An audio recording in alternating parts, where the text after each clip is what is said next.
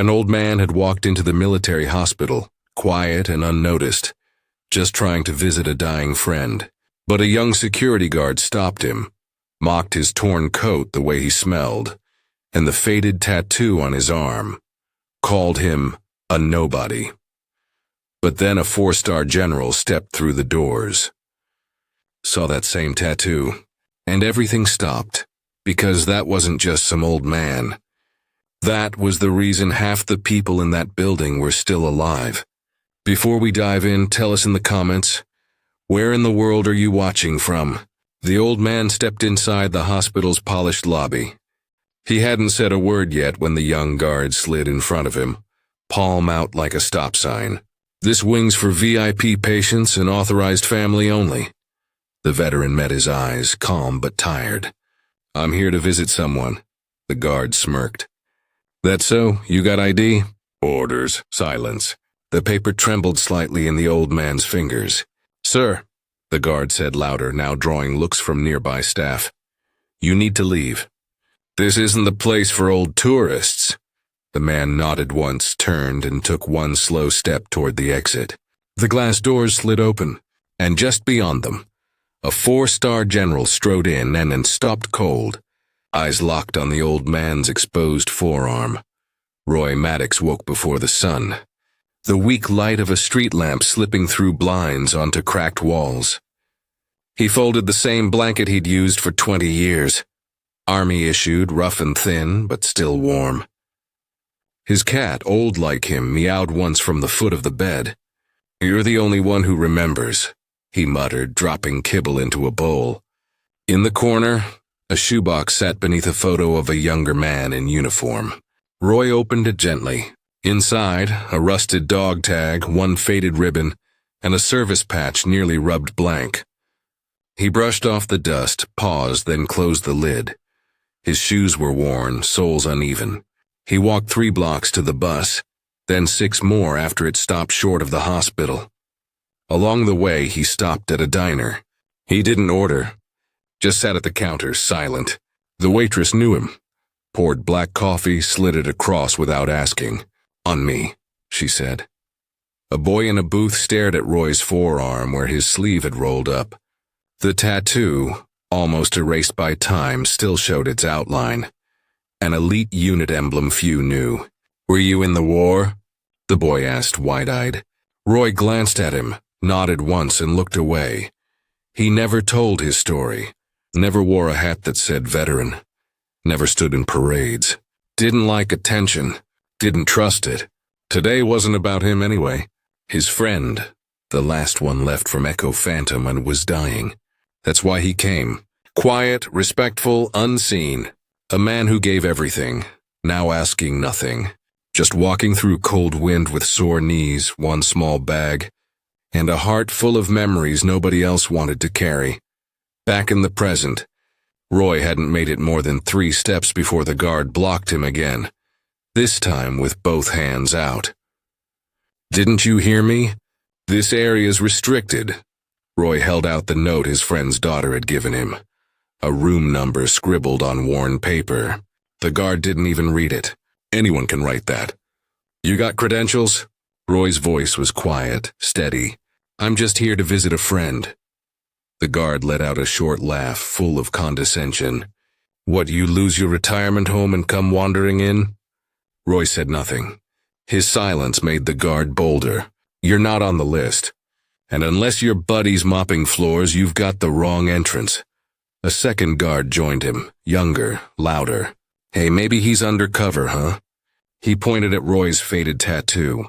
Check it out. Bootleg ink. Bet he got that at a truck stop in Reno. The first one laughed too hard, too long. Roy didn't move. People in the lobby started to notice. A nurse behind the desk shifted her eyes downward, typing nothing on her screen. A man in a wheelchair looked up, then looked away. The guard circled him now. One gestured at Roy's old coat. You stink of smoke and cats. Shouldn't be anywhere near a hospital. Roy kept his hands folded in front of him. I've come to visit someone, he repeated, as if trying to anchor the moment to something decent. The guard's smile dropped. He stepped forward and gave Roy a shove. Not violent. Just enough to make his shoulder buckle slightly under the weight of old bones. That's when it happened. The glass doors behind him slid open with a crisp hiss. Boots echoed in, and the lobby went still. A four-star general, flanked by aides, entered with purpose, until his eyes caught sight of Roy Maddox's exposed forearm. He stopped mid-stride. The guards fell silent. The laughter died, and for the first time that morning, it wasn't Roy who was out of place. It was everyone else. Top of form, bottom of form. The general was mid-step when he saw it. The faint ink just below Roy's rolled sleeve, nearly lost to time and weathered skin. He stopped so suddenly his aides nearly bumped into him. The guards stiffened. The nurse at the desk looked up. "Stop," the general said. One word, quiet, commanding. Everyone froze. He took 2 slow steps forward, his gaze never leaving Roy's forearm. The room felt smaller, quieter. "That mark," he said more to himself than anyone else. "Is that what I think it is?" Roy glanced down, then back up, expression unreadable. The general looked closer, his voice low now, but reverent. "Echo phantom." He said it like a prayer, like it shouldn't exist outside whispered memory. One of the guards chuckled awkwardly. "Sir, with all due respect, that's just a fake. We see those all the time." "Quiet," the general snapped, sharper than steel. His eyes never left Roy. That symbol wasn't issued. It was earned. Only 12 men were given that mark. 5 died before the ink dried. The rest were never meant to be found again. Silence pressed down on the room like gravity. Roy shifted slightly. "Didn't think anyone remembered," he murmured. The general nodded once. "We remember. Some of us do." For the first time, the guards seemed unsure. Their earlier confidence cracked. One stepped back. The other looked at Roy like he was seeing him for the first time. Not as an old man in a ragged coat, but as something older. Heavier. "I read about Echo Phantom in the classified annex at Arlington," the general said quietly. "Black ops, off-book, deep-in missions that never made headlines, and never left anyone behind." Roy looked away. "Except the ones who made it back." The general straightened his jacket, eyes solemn. "Mr. Maddox, it's an honor." And in that moment, the balance shifted. From invisibility to recognition. From suspicion to something sacred. The lobby no longer saw a tired old man. They saw history, breathing, top of form, bottom of form. The general took one step back, heels together, chest lifted, and in front of everyone, nurses, officers, patients, delivered a full, crisp salute.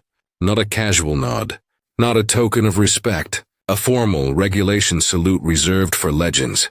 Gasps rippled through the lobby like wind catching a flag. Roy didn't move at first. His hand stayed down, but the general held the salute steady. "Permission to speak, sir," he said, voice clear, cutting through the silence. Roy gave the faintest shake of his head. Not necessary, but the general didn't lower his arm.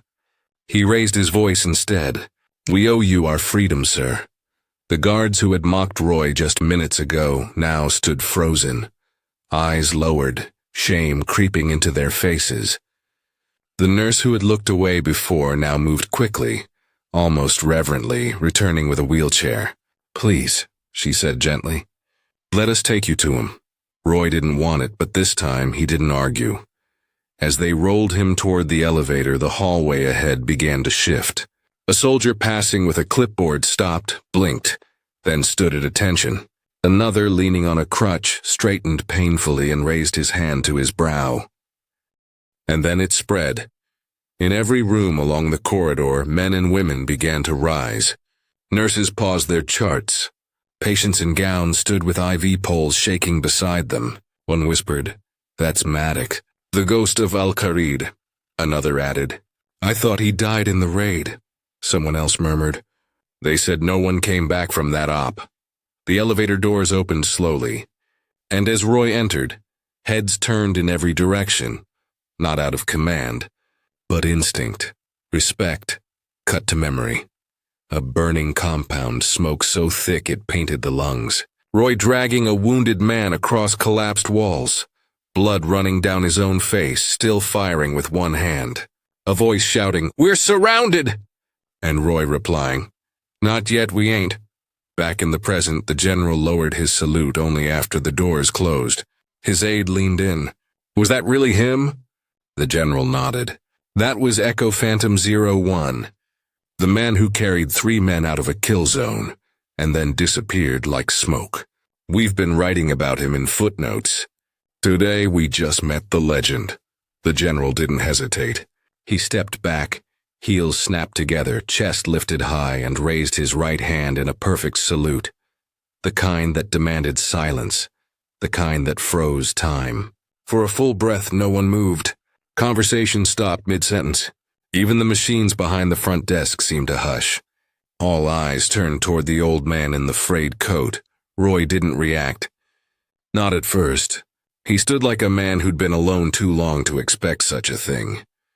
His arms stayed at his sides, one hand gripping the edge of his coat, the other hanging loose, until he realized the salute wasn't going away.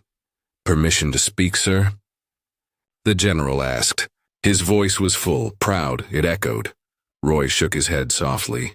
"Not necessary," but the general held his hand steady. "We owe you our freedom, sir." Gasps followed. One of the guards lowered his eyes. The other stepped back, shame warming his neck. The nurse behind the desk, now wide-eyed, turned and rushed away, returning with a wheelchair. "Sir," she said gently, "may we assist you to your friend's room?" Roy looked like he wanted to refuse, but this time something in him softened. He nodded once.